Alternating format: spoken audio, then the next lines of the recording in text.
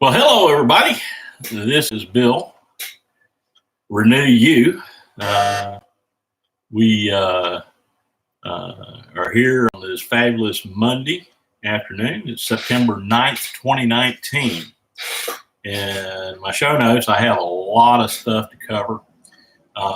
This is the building blocks for part 2, Metronomic understanding. The great thing about all my research and everything is that, as far as I know, and correct me if I'm wrong, I had no problem walking back anything in my presentations because a lot of these are off the cuff. They're from my experience, and I'm delving into an area that I'm experienced in a lot of ways in, and sometimes I can say things different ways. But as far as I know, iron is the only ferrous material out there. And I think I recall that from chemistry, from my formal education, so that's a long time ago. Okay? So anyway, the big shout out to Roy, Scott, Jason.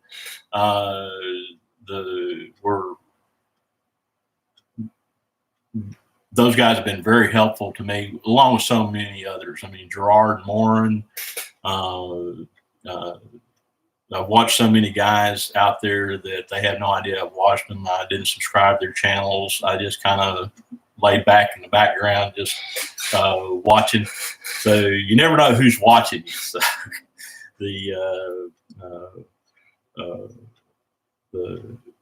but I'm so thankful to so many people that contribute to the open sources, open source and rediscovering the lost technologies. I want to share about quantum compression with you.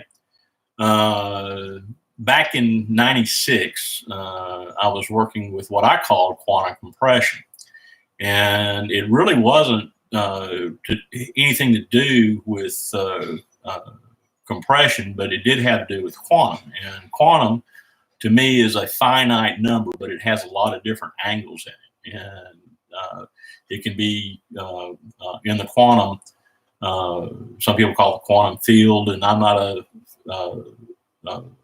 anything. It just, this basically had to do with computer programming. And anyway, I happened to do a draw up, and back in those days we used AOL to communicate with each other across the miles, and that was so cool to me because I could talk to people all over the world on the internet just like we are now. The only thing is I'm not as actively doing it as I once was. I've been pretty private for many years showing stuff. But anyway, if I make it all through, I plan to go about an hour. I've got 28 things I just want to touch on that are the building blocks for metronomic resonation and getting people to understand differences in a few things. I've been a long time since I've been in the teaching field. I'm a little bit rusty. One of the things I do know is that when you teach it, you learn it, and the mistakes you make and you have to walk back, I have no problem with that because I'm learning right along with you guys on a lot of different areas that I'm working on, and that's the reason I'm reaching out to the community for rediscovering these lost technologies. And the guys that are sharing it, I just thank them so much. It's been a world to me.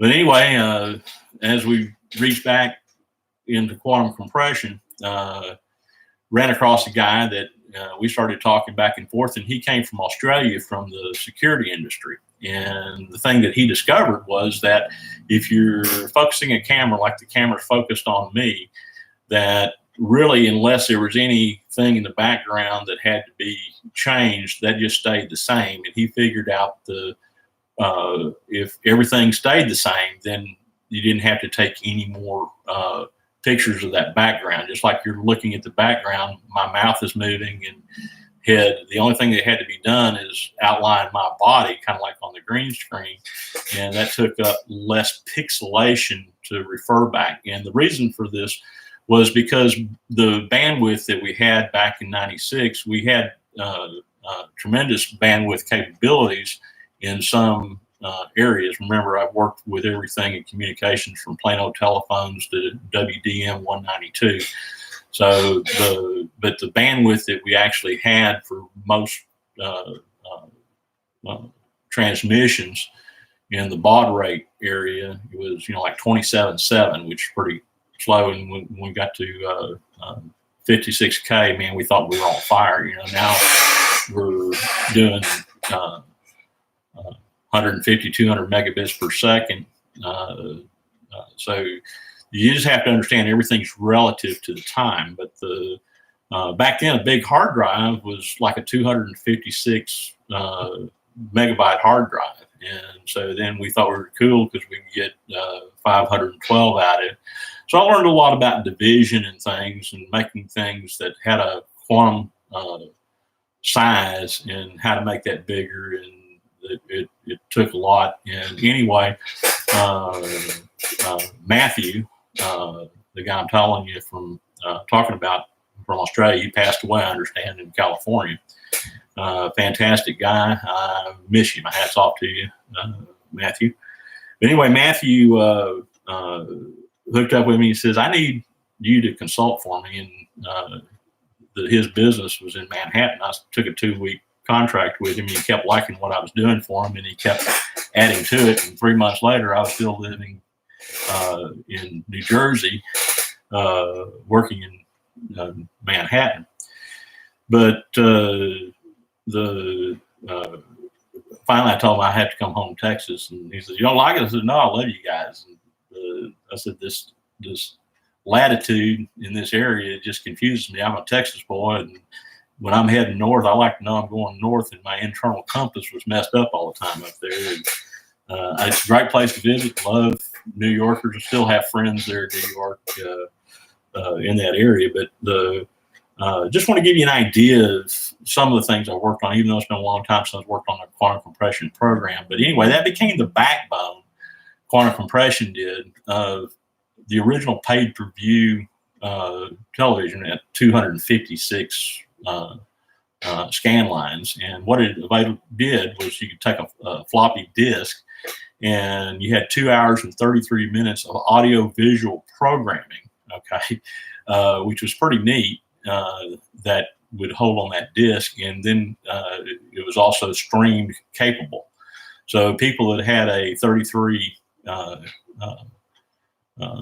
slow connection, not even a 56 connection, they could watch movies and download it and use that service. Well, anyway, that became the backbone of pay-per-view television for a long time. And it was sold for an undisclosed amount of money to, I understand, Microsoft. When those deals happened, it's kind of closed lips, so you don't really know what happened. But anyway, I do understand that Microsoft did buy the technology. And somewhere in all my stuff, I do have a copy of it, but it's no telling between here and where that stuff is, because I got, I didn't want to do anything with it. He did give me the copy and of the basics of what he formulated in his engineering, and we improved it, and that's the reason he gave me the copy of it. The next thing is the memory, rotor, stator, and axis. And when you start combining those together, I'm going to use a lot of terms. I'm not just trying to throw things out. I'm just trying to give you a building block of what's going on in that. But the magnetic field, the dielectric field, the dipole dielectric, and the force extension and loading and unloading. And what this all boils into is actually heuristic. And all heuristic is memory. And you go, well, what in the world does iron have to do with heuristic? Well, iron is what facilitates memory, even, I believe, to this day in computer chips. And if you go back and look how the original computers were done, the alignment would be a yes, no, on off type switch in the control to write the different programs. So believe it or not, iron is the actual memory tape, if you will, that remembers. A magnet remembers almost everything it's ever been through, just in different ways. It just depends on the magnitude and the layers, and it gets pretty neat when you start drawing those matrices out. And it's a building block for what I'm working on. And as a lot of you know, I'm working on an engine that it's actually a motor. It's not doesn't burn any fuel. It's a electric type motor that's different. The problem that I had, and I'm not going into the battery side, I'm just talking specifically about the motor, but I'm working with different ideas and control and for different type applications for what I had designed. But anyway, ultimately it's 180 horsepower, and you don't get something for nothing, okay? But you can get the Q way up more than what you've been told, and some of you know, some of you don't. I mean, and like I said, when I do the motor side of it, that's a licensed program. But I'm giving you the basic building blocks of what I found in my discovery to building my motor. And like I said earlier, the specification for my motor is was to run 6 hours, and I can see I can run much more than that. And then I wanted the batteries to be able to recharge much quicker than a lead cell battery or iron Edison type cell. And so anyway, I'm on a path of doing that. Pretty neat stuff.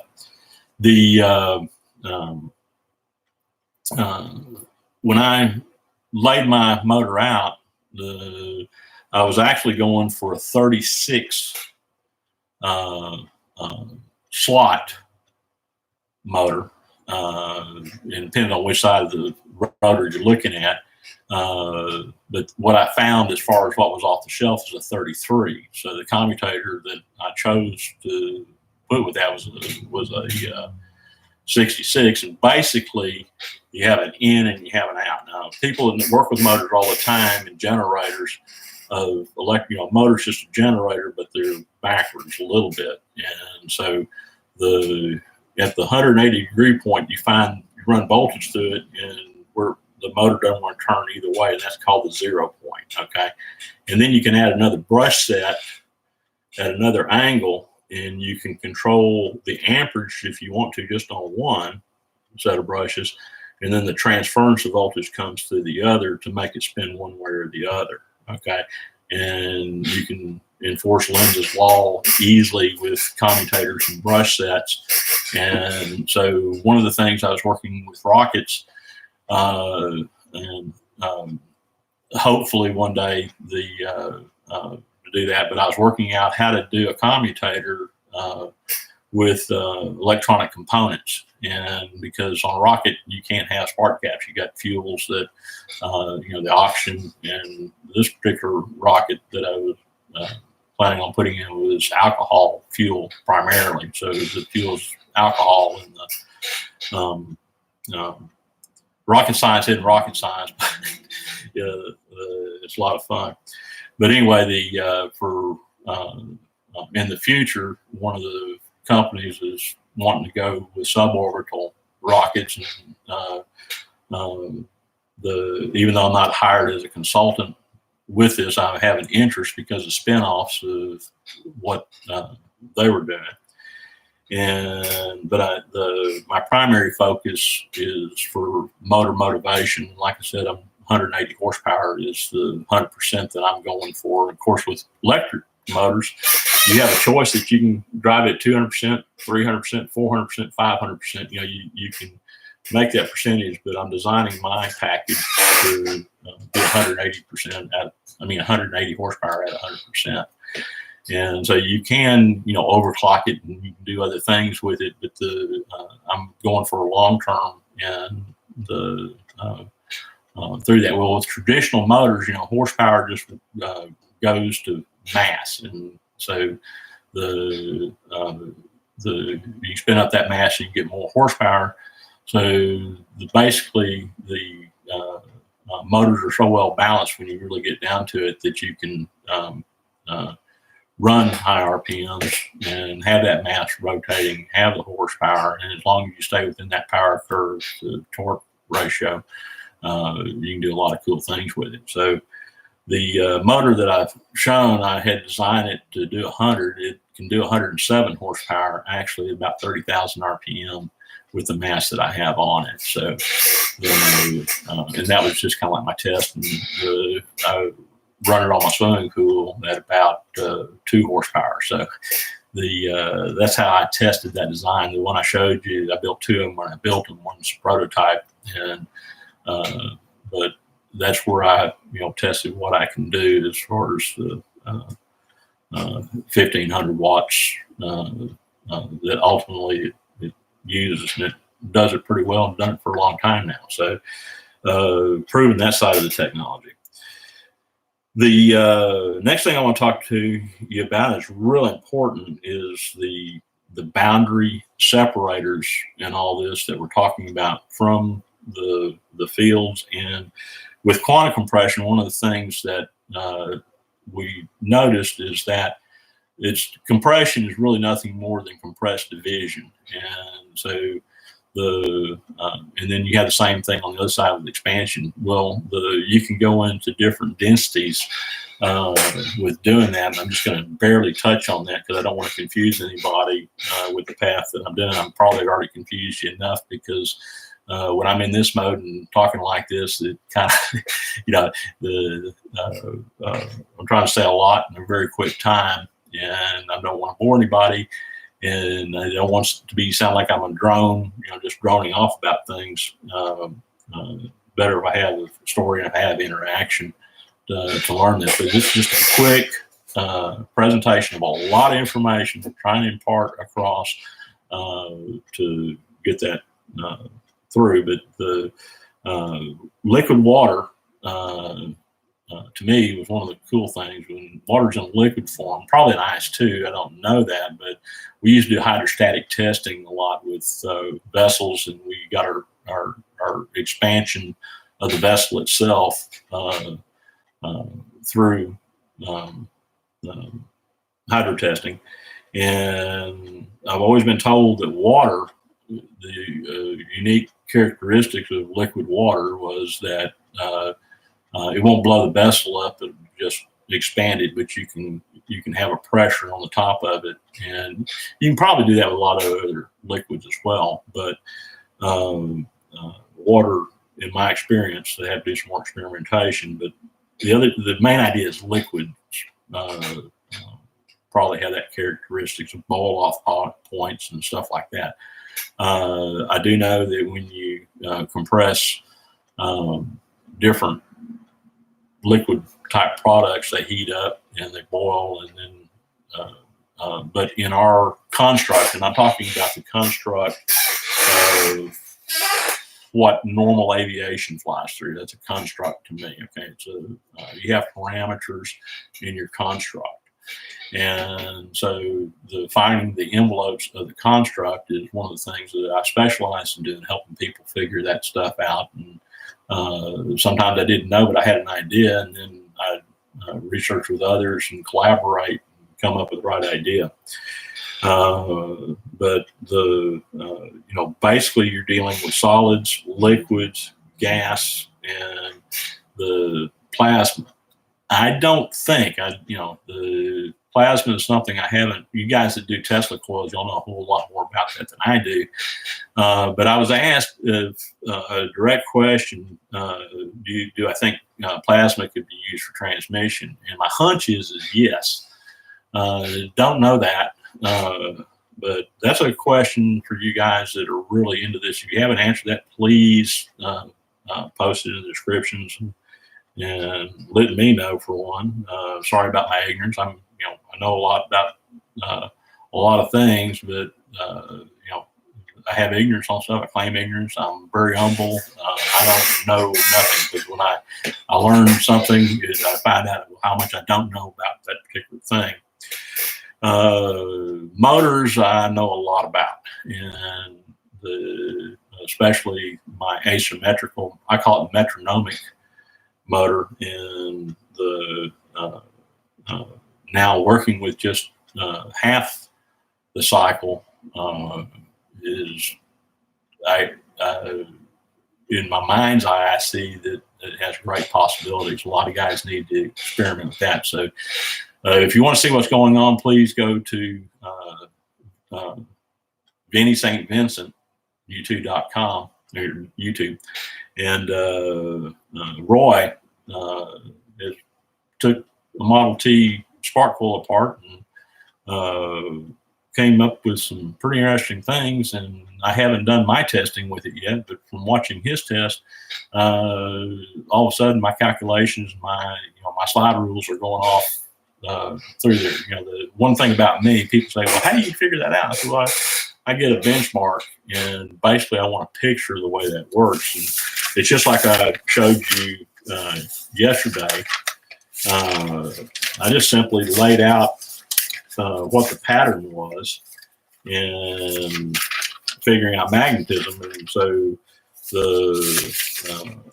that's the reason I'm convinced that magnetism is just like a coin. You flip it one way and you got that field on a permanent magnet, and same way with metal. So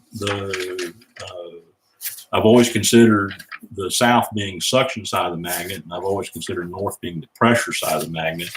And then the advantages that you have when you're spinning motors, whether you have it in repel mode or push mode,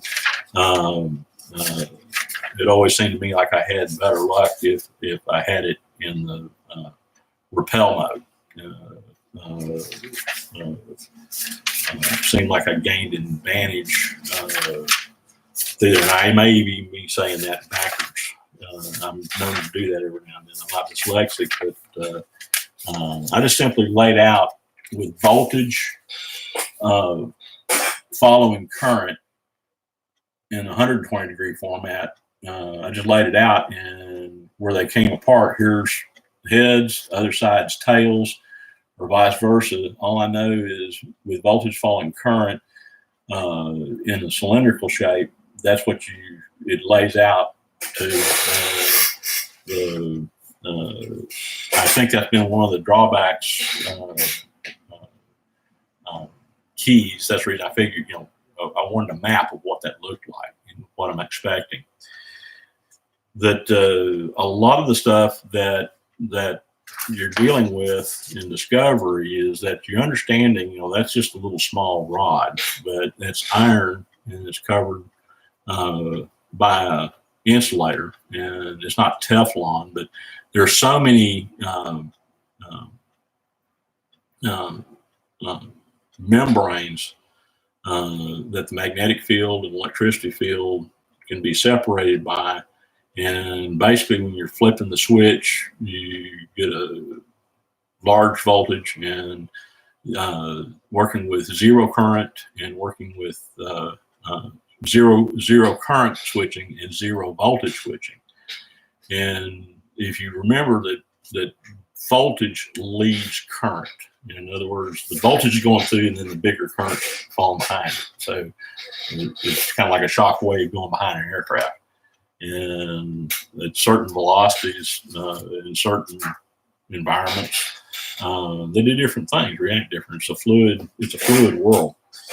So the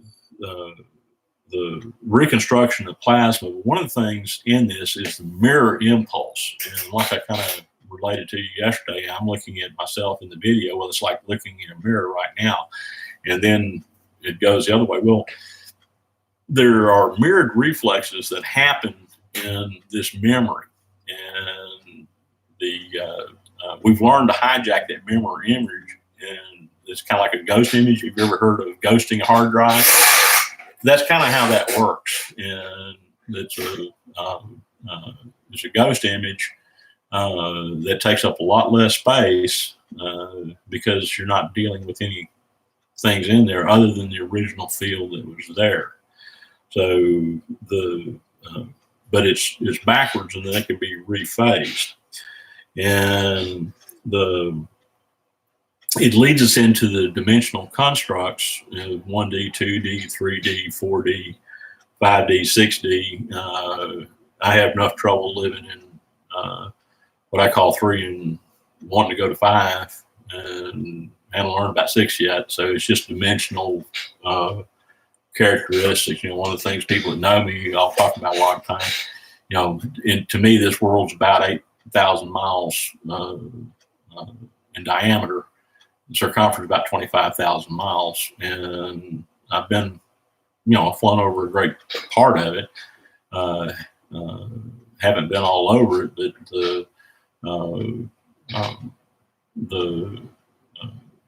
but all that, from what I've seen in working with different technologies and stuff, the possibilities of holograph one day that we can fool ourselves and we can be in a 12 by 12 box and thinking we're in a whole big world, just like hologram technology on Starship Enterprise or anything. Like, yes, I am a Trekkie, but I watched all that stuff and mainly go to sleep by. But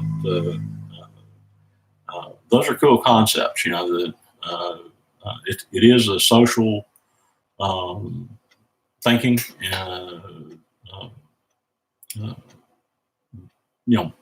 makes you think those areas. But getting back to heuristic and memory, one of the things that I really was really impressed with when I first started working with motors, I'm talking about really working with them, is when I make changes, I noticed that my cores and stuff had a memory, and it would learn how to do it. But you could hear it bucking and boosting and backing and clacking and everything else. It would learn what it was that you wanted to do, but following that back through, you go, well, that's just like a dadgun computer. It knows what it's been through, and it anticipates. I was always surprised how much, when I built a device, how much it anticipated what I wanted to do. So, it's kind of like I train it to, train it and get it to go through. And so with the VTA type systems, is getting to understand the heuristics of where the dipole is. And that's what it really boils down to, okay? Is a lot of those guys, when they were working with the barium magnets and stuff in the VTA system, they wanted to get that dipole big. I mean, where you could see it on our level instead of being small on the microscopic level. So they really worked at doing that. And to me, the dipole is just like a springy ball. And it's just like a spring. It has that kinetic energy, and it takes the force, it compresses down, but it brings it back through. And it is the compression mode. And one of the things that you have with just a point gat set that has spring tension on it, and it's loaded correctly, you can control the amperage very well. You can control the frequency depending on the voltage that you're running through it. And then, of course, to keep that from burning up, the Model T Ford used a 47 microfarad capacitor at 400 volts, but it's big, nice capacitor. We don't build them like that anymore. But, heck, 100 years old, a lot of those units still work just right out of the box. They don't even have to recondition. That's amazing. Then they're easy to rebuild, and so people that do that, I suggest really just going back and looking at the old Model T Ford. They were designed to burn anything. The horsepower is real low, but man, they could burn moonshine. They could, just almost anything that paint thinner, whatever. They had low compression. They didn't have a whole lot of power, but they get you on down the road and, do it pretty efficiently, about 30 something miles an hour. And back in those days, in the horse and buggy days, that must have been pretty dadgum awesome. And if you listen to it, it has a metronomic sound to it. And the hit and miss engines use that type technology. I've never been around the hit and miss engines. I've seen them at fairs and stuff run, but I understand they have the same technology as well. The but one of the things about the ferrous materials, and this is where you get into your ferrous composites, to where it has some metal in it and line it up. And so there's all kinds of different blends that people come up with. One of the things with the generators, they use silica to make it electrical steel, especially in transformers, to where it's more biased than just normal regular steel would be.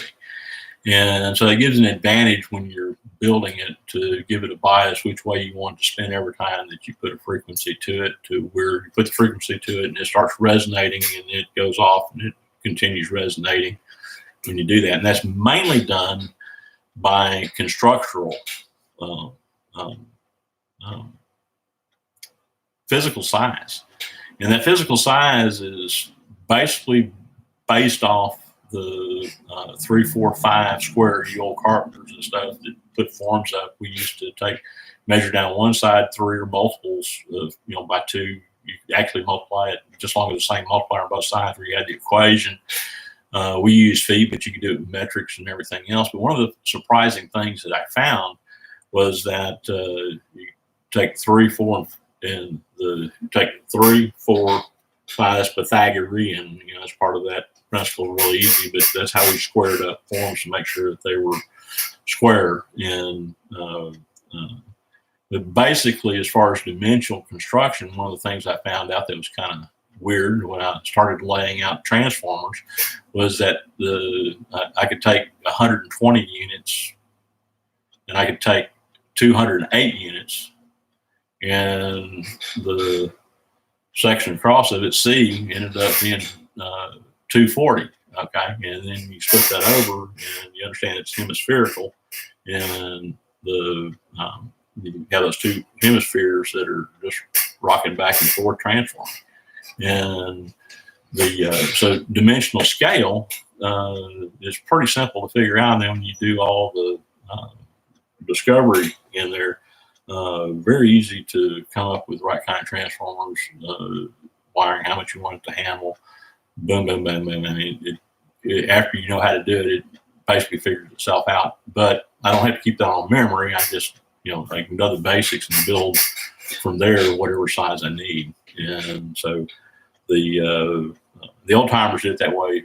Then I used to think, talking to some of those guys, man, you're a genius, and they just had the secret. No, they just had a picture of what that was, had the basic things in there to get their benchmark from. And as far as dimension, they could compress it or expand it any size they wanted. So the getting to know the hard and soft magnetic fields within that is what you're working for. So if you want, pure ferrous material is hard. The one of the things about iron is that you notice on the atomic scale, it's 28142. Okay, so on this plane, and when I'm talking about plane, you actually have several planes going on. I mean, if you're looking at it on a piece of paper, you're only thinking in basically 2D, right? Because you don't have altitude, so you're just in a 2D plane. And so to get a better representation of where all that can be, this is just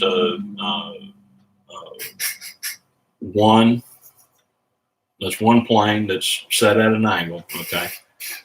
2 plane, 3 plane, 4 plane, okay? And then you have the reflection of that.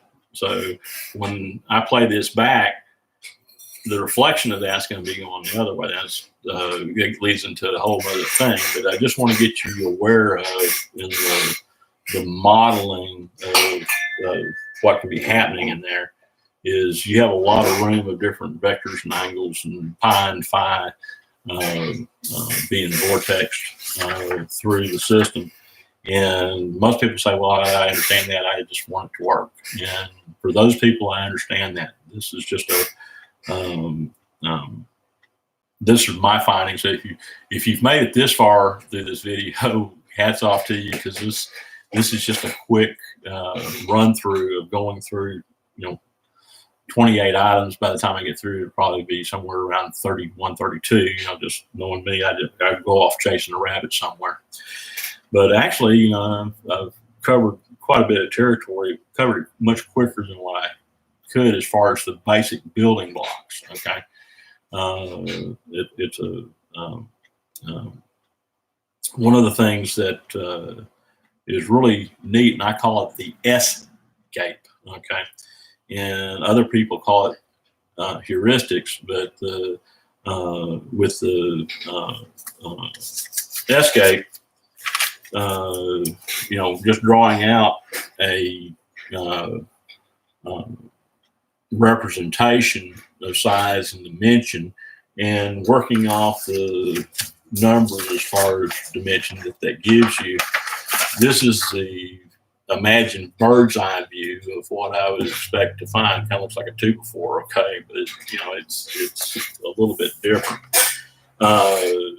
In that you have force, going up. So when you're talking about force, you're talking about current force, or you're talking about electric force. Well, to me, since I know that voltage leads current, force to me is voltage. Okay, and then you have an extension from that. And so what are you going to call the extension? Is that voltage or is that current? Okay, so looking on that plane. And then somewhere in the middle of that is this dipole. And the dipole really doesn't matter. It's if you're thinking on the Planck level, like I kind of showed you yesterday, I can reprogram that. I can also hit it and knock all the magnetism out of there with another piece of metal. And basically, my understanding is that you have a core nuclei that wants to line up in a particular way, and it's convincing everybody else to be biased to line up that way. So it'll all point to yes, and the other side will point no, but the control is actually in that dipole. Okay, that's where the control actually is coming from, is to do that alignment, and that reference is done off of iron. Okay, so you can see from what I just told you that you have your 2, right? And then the next plane, you have 8 all lined up through there. And then the next one, you have 1, okay? So 2, 8, 1 as far as the plane, and then 4, 2, okay? And the alignment in that configuration, when you take in configuration where those planes can be rotated around, it can be doing a lot of stuff in there, but the actual control that's polarizing one side or the other, yes, no, is actually in the very, very center. That's the reason when you take a permanent magnet, you break it apart, they want to repel each other, you can flip it over, and they like each other again. So, I like you, I don't like you. So, all kinds of things in there that you can use your imagination. But basically, what's happening in that field, when you add force to it and you get extension, you get loading, and it's like an arc, like football, and you get unloading. And that football, depending on the telemetry, in that loading and unloading, on half of it looks like a football. The other half swirls back the other way like an S. And when you're talking about heuristic memory, that's actually in the iron. The magnet remembers what it did, and supposedly it can remember what it did a year ago, 2 years ago, 5 years ago, if unless it's hit or disturbed, can have that memory for a very long time. So the training the iron to do the work that you want it to do is actually the control circuit. Yeah, but iron, I hadn't proven this out, but if you use iron, it wants everything. In other words, iron goes me, okay, and kills a lot of the effects. It's a control circuit, but in a system, it's got to prove that point out. It's something I wasn't really thinking of, but one of Scott Russell, made by one man, goes, you know, if you're trying to do it that way, it got me thinking about it. You know, you're probably right. Never thought of it like that. He's the reason I'm doing this video is he gave me 3 things to focus on. The first one was heuristic. So Scott, this video is for you, buddy. Trying to delve into a few questions you asked me. The first one was about plasma, and the second one was about heuristics. And then, okay, we got to unfold Merlin's hat. Well, that's going to be another video. But you can see how all this dovetails into what we're all working with, the guys that are working with this. And but I call the dipole the springing ball, and it's on a micro level. You know, it's this very small level, but it can be amplified. And so you do it on a small level, amplify it up to our level. It's in a dimension within that metal. It's in the quantum, and the quantum being a finite field. So but remember, you can compress that quantum and have other worlds within that. As we were talking yesterday, it's kind of like onion, layers of onion in those fields. So compression, the boundary, what kind of boundary that is. There's, you know, it does have to do with frequency. The advantage is you get at low frequency for attracting and holding metals together, as opposed to high frequency to where you're trying to get away from that. So working with frequency, one of the things that you brought up to me was the bird's beak, and that's exactly what it looks like. It's a bird's beak, and then you take the 2 halves of the bird's beak and rotate it around. It looks like a heart. And so we're talking about using a system in the asymmetrical realm. It's like half a heart. And that's exactly, I never looked at it that way until Scott Russell told me that. But that's exactly what it is. Well, if you look at the PMH, it's a heart, okay? And it has 2 lobes, one's north and one's south up here, and that's the whole thing, okay?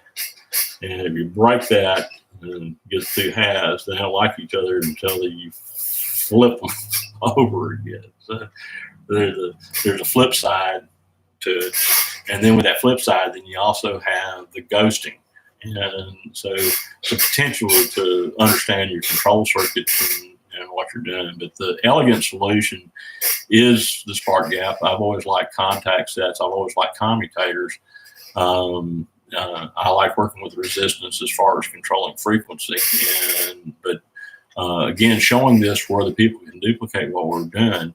The easiest way to do that is with the point set, and that's the way they did it for years and years and years before we decided to do something different. Had a better idea. I don't know if it's better or it's a different idea. It's just like software. You keep upgrading and upgrading. It's kind of like a planned obsolescence. You know, I was watching the ball game yesterday and I wanted to watch it on my iPad. Well, they got OS X 10 coming out, and anything lower than 10, you can't download the app to work with it anymore. So they obsoleted that iPad. Okay, I want to sell more iPads. Selfish people, but that's the way corporate America works. And you kind of feel hijacked because it worked fine the other day and now it doesn't. And so I'm sure what it all boils down to, they want to save bandwidth and other things. There may be a solution, there may not be workarounds. I've always found a way to work around something. I can fool it somehow into thinking it's running when it's not, and that's one of the things about being a hacker and a cracker and putting puzzles together. I love putting puzzles together. But the spring ball foil, it's a gas type dampener to me, and it's I always call the gas side. The low pressure coming back is the what happens there, and then Bernoulli's force, when you line that up, and you can line Bernoulli's force up electrically as well to make a high side, low side, to quench different parts, even a vacuum. So we used to use that way back in the 60s, and I was familiar with that from the days of Collins Radio, Art Collins out there. So a lot of those guys, hadn't seen any of those guys in years. Of course, the old radio days of building transmitters and working with programming logic systems. Yeah, Fortran. Was there. I do know in my research that the 47 microfarad capacitor, 400 volt, is about what the original Model T coil worked on, and that was basically to protect the metals between the points, and then to drive it into sympathetic resonance. And so you have a spring-loaded set of points, and they're loaded up just right. You have sympathetic resonance off your coil, off your primary coil, and it was wound a special way. And so do your research on knowing how that does. Roy can explain that to you on his channel. Highly recommend Roy. He's much better at presenting stuff than I am. I'm just every time I did the camera moves around too much and through that, but I can give you a good background on a lot of things of what's happening from my experience. And if I don't know the answer, I'll put it down on paper and get at least a benchmark, and then we can test that benchmark out as far as working through the areas of science. But they set that at 1.2 to 1.4 amps when they were doing it. And so you got long longevity. And then as the carbon built up in the environment between the points and insulated them, it would still work for a very long time until, finally the carbon built up so much and you could go in and scrape it off and get a little longer life. I do believe they were using plutonium covering on that, and I don't know if it's tungsten or what exactly on that. Like I said, I used vacuum tube vibrators, and I always try to get away from that because I didn't like the way they sounded in the vehicle. I mean, a lot of times when we were doing that, you'd fire that up. And you had to replace them pretty often, even in the vacuum tube formats, when you needed like 400 volts off the 12 volts. Common tube carried them at 7-Eleven in our part of the country. I don't know if y'all have Cowell's all over the world or anything, but I remember Cowell's ice cream. All of that was the best. They had the little black dots all in it that was the real vanilla. But anyway, that's a whole other story. But the radio quit working, you just pull that high voltage buzzer out and go get you another one and slap it back in there. If you ran a radio a lot, you'd have to do it pretty often. It wore out. So that's the only thing about spark gaps is they do wear out, and they wear out without much warning. When it gets there, it just kind of goes good one day and bad the next. So that is kind of one of the downfalls of timing that out. So, but I like it. Like a lot. But to give you an idea, in the WDM, WDM, the pulse width modulation the PWM field, a set of points like that under those conditions for a short time direct DC short out, 5 amps, and an AC load like that can handle 10 amps. So that's probably the reason I ran it back to 1.2, between 1.2 and 1.4 amps actually operating to do two things: the sympathetic oscillation off the coil, but you have to remember that that's a spring, and it's a mechanical spring on this side, but it's got a memory to it, and it knows to anticipate. That's what's neat about those type of coils. Coil was also wrapped very specially in the Model T, according to Roy. He did the post-mortem of taking one apart and putting it back together, but when they wound it like this, and then they came back with a straight wire and then went the other way, and then it came back over again. Now, layers of coils is also, I always lay my coils out. I mean, I've done them in all kinds of configuration, but I hardly ever go more than 9 layers on a coil, okay? 1 layer, 2 layer, 3 layer, 4 layer, 5 layer. And so I'm gonna start experimenting with, in that configuration, those coils. So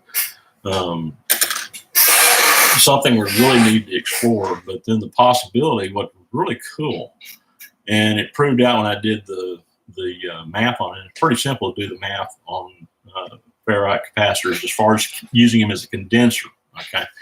Just like in refrigeration, that's kind of like the cool side off the negative, going back off of it. In condenser, rule of thumb is a 47 microfarad condenser. You just take 370, add it by add 47. Well, I was very surprised I got 11 degrees, and off the top of my head, I hadn't proved all these calculations yet, but off the top of my head, when Roy was telling me about that, I said, I can get my bisector 11 degrees like that and have a lot of power still in a motor type configuration. And then when I worked out the configuration for the capacitor, it's at 11. It's kind of like, oh, okay. So there's some other stuff we have to explore to see how this works, but sometimes you're the windshield, sometimes you're the bug, and I'd much rather be the windshield than the bug. But we got some experimentation to do in those areas. On this particular live presentation, I do show that one person is watching me, but I can't see who they are. They haven't responded with me. Thank you for watching. I see you still with me. Don't know who you are, but I hope this helps you. I must have said something that interested you. I'm going to stay on here just for a few more minutes, but basically I ran through the Metronomic building blocks, part 2. And I'm sorry that I had to cover a lot of information, but I just wanted to give you a background of where I'm coming from to pursue what I'm pursuing. Usually I'm a little bit better formulated when I build my books. I build them backwards. So the front of the book is the culmination of experience that I did from writing the book. So I do all my referencing in the back, just like everybody else does, of what study material I want to reference, and when I build my syllabus. And this is not set up for really educational purposes at this time. This is just a building block, quick session with a lot of information that I imparted to you. If you have a background of what I'm talking about, then it'll probably interest you and jog your memory. That's what I'm really hoping will happen in this. The purpose of it is not just jogging your memory, but also jogging my memory. And I'm an old dog, and sometimes I need my memory jogged, and sometimes to get this information out, you do it, and then all of a sudden, when you're reviewing it and stuff, it makes you focus in on what you're missing. Like I said, I'll walk back anything in this video that I'm saying, because this is not, this is pretty much just stimulated from conversations that I've had from other responses that we're working on. Getting us on the same page, probably all right to listen to in a car going down the highway, unless you just really want to look at my ugly face, wouldn't recommend that. I think you get Roy Scott and myself on a program going down the road and listen to this. You go, you crazy old coots,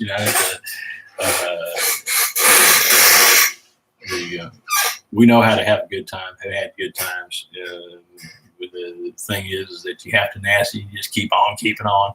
The main thing is sharing with everybody. I want to thank everyone that shares their open source side of the technology. They can do, like I said, the ultimate motor that I'm proving. There may make, if you really go back through what I'm telling you,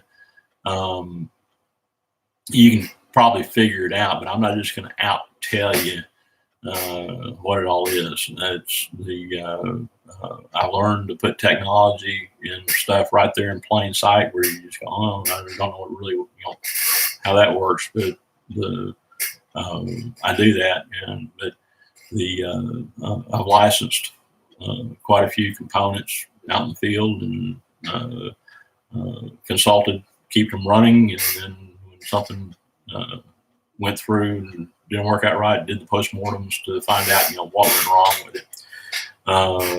In the old days, though, with this type of energy, one of my big things was to keep it from happening. Now I'm going to the other side and making it happen. So it's kind of like two sides of the coin. The bucket boost technology we wanted to keep that from happening. We didn't want it to happen in our system. And the new guys, when they're working with the uninterruptible power supplies, man, they're running those things at 99% capacity. And we always backed them off a lot. And the way we always looked at it is just kind of like running an engine for longevity and keep things. Of course, we had different materials back then too, and not as much understanding as what they have now. I'm sure that there's some guys who are a lot sharper than I am, and I hope to meet them because I need that. It's been a lot of the things that I have. Talking to Scott yesterday, I've had the privilege of talking to people from World War I through my lifetime. All the stuff that they worked on with the military that they could tell me about. People from World War II. Being a pilot, had a lot of time with hangar talk and doing different things. I've been taught a lot of stuff by a lot of sharp people, a lot sharper than I am. And so I'm just a combination of different ships from different people all the way through. And thank God I've got friends even coming back from Afghanistan and able to share with me the NDAs. You had to be real careful what you said at one time, because loose lip would cause a problem. And the people that did it, serving our military, even as a contractor, we kept our mouth shut. Didn't talk about it. And